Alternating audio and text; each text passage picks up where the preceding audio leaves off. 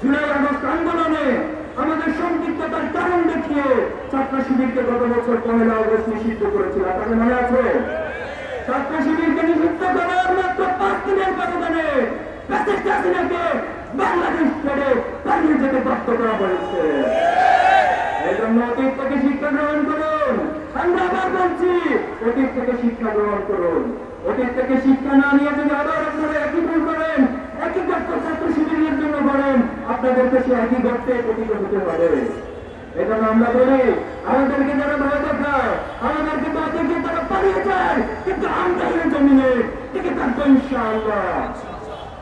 সংগ্রামে উপস্থিতি, আমরা চমক লাগানো কোনো কিছু দেখাতে চাই না বাংলাদেশকে। আমি আবার বলছি, ছাত্র শিবির চমক লাগানো কোনো আন্দোলনের নাম নয়। ছাত্র শিবির একটি দুর্বার আন্দোলন, ছাত্র শিবির এক লক্ষ টানে ছুটে যাওয়া আন্দোলনের নাম। আমরা আমাদের প্রতিষ্ঠা লগ্ন থেকে অনেক ভাইকে হারিয়েছি, অনেক শাহাদাতের পথ মারি দিয়েছি। আমাদের ৭ জন ভাই এখনো গুম রয়েছে। এই সরকার এতটাই ব্যর্থ, ১ বছর পার হওয়ার পর এখনো আমাদের গুমকৃত ভাইদের সম্মান পর্যন্ত দিতে পারে নাই।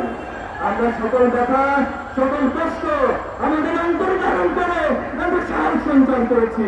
আমরা বলতে চাই, আমাদের এই যাত্রা অনন্তকালের দিকে, আমাদের এই যাত্রা অনন্তকালের দিকে। আমাদেরকে বাধাগ্রস্ত করতে এসে নিজেদের জন্য নিজেরা ভুল করতে দিবেন না, নিজেদের ক্ষতি নিজেরা সাধন করবেন না। আসুন আমরা একটাই কথা বলতে চাই, আমরা জুলাইকে ধারণ করে, জুলাইয়ের শহীদদেরকে ধারণ করে, জুলাইয়ের আহতদেরকে ধারণ করে, জুলাইয়ের গাজীদেরকে ধারণ করে তাদের প্রত্যাশিত বাংলাদেশ গড়ে তুলতে চাই। আমরা কতটুকু পেয়েছি? আজকে যে গণহত্যার বিচারের কথা শহীদ পরিবারগুলো বারবার বলছে, তারা আত্মনাদ করছে, তাদের সন্তানের বিচার চায়। কিন্তু এখনো পর্যন্ত আপনারা দৃশ্যমান কোন অগ্রগতি দেখাতে পারেন নাই। 1 বছর পর যে হত্যাকাণ্ডগুলো আমরা চাক্ষুষ প্রমাণ রয়েছি, যে রক্তের দাগগুলো এখনো দগদগে আমাদের চোখের সামনে আসছে। এখন প্রত্যেক ভিডিওগুলোতে আমরা দেখছি কারা শুট করছে, কারা হত্যা করছে, কারা গুলি করছে। অথচ 1 বছর পর আপনি একজন হত্যাকারী বিচার করতে পারলেন না। আপনার কিতার বিপ্লবী সরকার, কিতার রক্তের সরকার, আপনারা একটা দূরগতি এবং অলস সরকার। যে আন্দোলন ছাত্র সমাজ তৈরি করেছিল, যে আন্দোলনের মধ্যে দিয়ে বাংলাদেশের মুক্তি এসেছে, অথচ এতগুলো সংস্কার কমিশন গঠন করা হয়েছে, শিক্ষার সংস্কারের মানে কোনো কমিশন গঠন করতে পারেন নাই। এর চেয়ে লজ্জা, এর চেয়ে দুঃখজনক এই সরকারের জন্য আর কিছু হতে পারে না।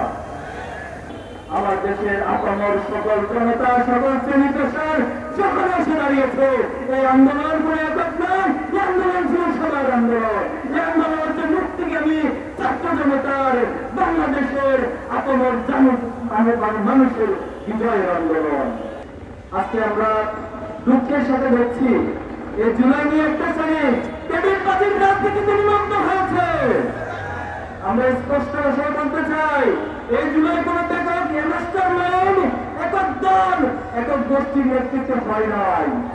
এই জুলাইতে আমাদের ব্যানার ছিল, আমাদের দলীয় কোন পরিচয় ছিল না। আমরা সেদিন প্রত্যেকে মাজলুমের পরিচয়, মাজলুমের ব্যানার ধারণ করেছিলাম। আমাদের নির্দেশনা ছিল, এখানে কোন একক নেতৃত্ব থাকবে না, এখানে প্রত্যেকের নেতা, প্রত্যেকের কর্মী, প্রত্যেকের বিকল্প হিসেবে ভূমিকা রাখবেন। এবং সেভাবে ছাত্র সমাজ ভূমিকা রেখেছিল। কোন কারণে 10 জন মারা যাবে, বাকি 10 জন পিছন থেকে দাঁড়িয়ে যাবে, 100 জন মারা যাবে, পিছন থেকে 500 জন দাঁড়িয়ে যাবে।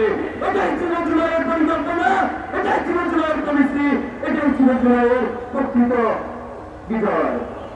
এটা যারা ক্রেডিট নিয়ে অসুস্থ রাজনীতি করছেন, মেহরবানি করে আপনারা এগুলো থামান, এগুলো থামান। আপনারা 71 নিয়ে আওয়ামী লীগ যে ক্রেডিটের রাজনীতি করেছে, এর জন্য 71 বিফলে চলে গেছে। 24কে যদি আবার ক্রেডিটের রাজনীতি শুরু করেন, 24কে যদি ব্যবসায়িক কার্ড বানিয়ে আপনারা ব্যবসা শুরু করেন, ছাত্র সমাজ বসে থাকবে না। কিন্তু